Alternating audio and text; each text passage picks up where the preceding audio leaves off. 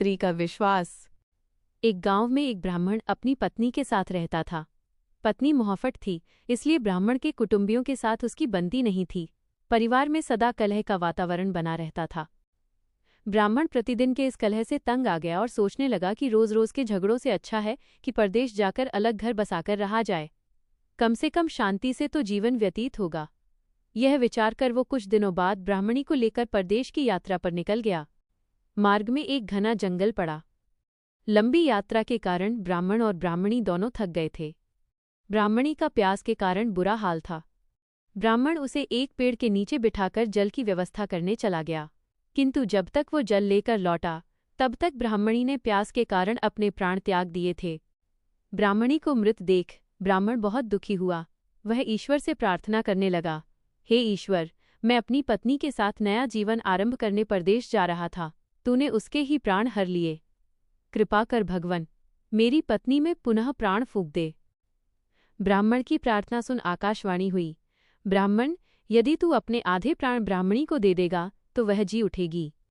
ब्राह्मण ने अपने आधे प्राण ब्राह्मणी को दे दिए। ब्राह्मणी पुनः जीवित हो गई और दोनों ने फिर से अपनी यात्रा प्रारंभ कर दी। चलते चलते दोनों एक नगर के बाहर पहुंचे। वहां पहुंचकर ब्राह्मण ने ब्राह्मणी को एक कुएं के पास बैठने को कहा और स्वयं भोजन की व्यवस्था करने चला गया। ब्राह्मणी कुएं के पास गई तो उसने देखा कि एक लंगड़ा किंतु सुकुमार युवक रहट चला रहा है। दोनों ने एक दूसरे से हंसकर बात की और एक दूसरे के प्रति आकर्षित हो गए। दोनों अब साथ रहना चाहते थे। इधर जब ब्राह्मण भोजन की व्यवस्था कर लौटा तो उसने ब्राह्मणी को एक लंगड़े युवक से बातें करते हुए पाया। ब्राह्मण को देखकर ब्राह्मणी बोली, यह युवक भी भूखा है, इसे भी भोजन में से कुछ अंश दे देते हैं, हमें पुण्य प्राप्त होगा।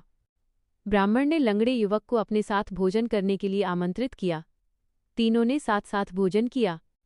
भोजन करने के बाद जब प्रस्थान करने का समय आया तो ब्राह्मणी ब्राह्मण से बोली, क्यों न इस युवक को भी अपने साथ ले चलें, 2 से 3 भले, बात करने के लिए एक अच्छा साथ मिल जाएगा।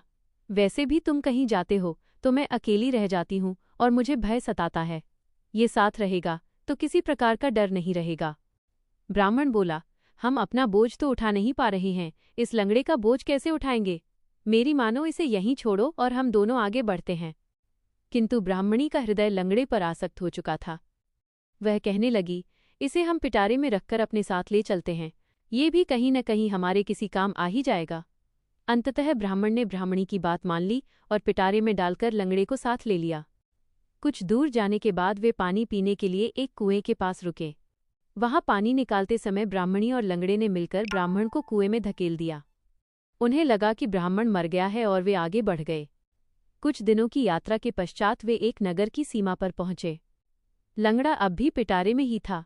सीमा पर उपस्थित पहरेदारों ने ब्राह्मणी को रोक लिया और पिटारे की तलाशी ली। तलाशी में पिटारे से लंगड़ा बाहर निकला। दोनों को राजदरबार ले जाया गया।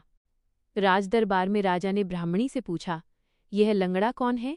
इसे तुम पिटारे में छुपाकर क्यों ला रही थी? ब्राह्मणी बोली, महाराज, यह मेरा पति है। कुटुंबियों से तंग आकर हम अपना देश छोड़कर परदेश आए हैं। कई लोग मेरे पति के वैरी हो चुके हैं, इसलिए अपने पति को मैं पिटारे में छुपाकर लाई हूँ। कृपा कर आप हमें इस नगर में निवास करने की अनुमति प्रदान करें। राजा ने उन्हें नगर में बसने की अनुमति दे दी और दोनों वहां पति पत्नी की तरह रहने लगे। उधर कुएं में गिरे ब्राह्मण को कुछ साधुओं ने बाहर निकाल लिया था। कुछ दिन साधुओं के साथ रहकर ब्राह्मण उसी नगर में आ गया जहां ब्राह्मणी लंगड़े के साथ रह रही थी। एक दिन ब्राह्मण की अपनी पत्नी से भेंट हो गई, जिसके बाद दोनों में कहासुनी होने लगी। बात बढ़कर राजा के समक्ष पहुंची। राजा ने ब्राह्मणी से पूछा, ये कौन है? ब्राह्मणी बोली, यह मेरे पति का वैरी है और उसे मारने आया है, इसे मृत्युदंड दीजिए। राजा ने ब्राह्मण को मृत्युदंड की आज्ञा दी, जिसे सुनकर ब्राह्मण बोला, महाराज, आपका दिया हर दंड मुझे स्वीकार है, किंतु मेरी एक विनती सुन लीजिए। इस स्त्री के पास मेरी एक वस्तु है, बस वह मुझे दिलवा दीजिए। राजा ने ब्राह्मणी से पूछा, क्या इस व्यक्ति की कोई चीज़ तुम्हारे पास है? ब्राह्मणी बोली, नहीं महाराज, मेरे पास इसका कुछ भी नहीं है, ये झूठ बोल रहा है। तब ब्राह्मण बोला, तूने मेरे प्राणों का आधा भाग लिया है, ईश्वर इसका साक्षी है। ईश्वर से डर स्त्री, अन्यथा बहुत बुरा परिणाम भोगेगी। ब्राह्मणी ये सुनकर डर गई और घबराहट में बोली, जो कुछ भी मैंने तुझसे लिया है वो तुझे वापस करने का मैं वचन देती हूँ। जैसे ही उसने ये कहा, ब्राह्मणी धरती पर गिर गई और उसके प्राण पखेरु उड़ गए। उसके आधे प्राण वापस ब्राह्मण में समा गए। ब्राह्मण ने राजा को समस्त वृत्तांत सुनाया। सारी सच्चाई जानने के बाद राजा ने लंगड़े को उसके कुकर्मों के लिए कारावास में डाल दिया। सीख, मॉरल, बुरे कर्म का फल हमेशा बुरा ही होता है। जिसने आप पर उपकार किया हो, उसके प्रति सदैव कृतज्ञ रहना चाहिए। रिश्तों में प्रेम और विश्वास की नींव कभी नहीं तोड़नी चाहिए।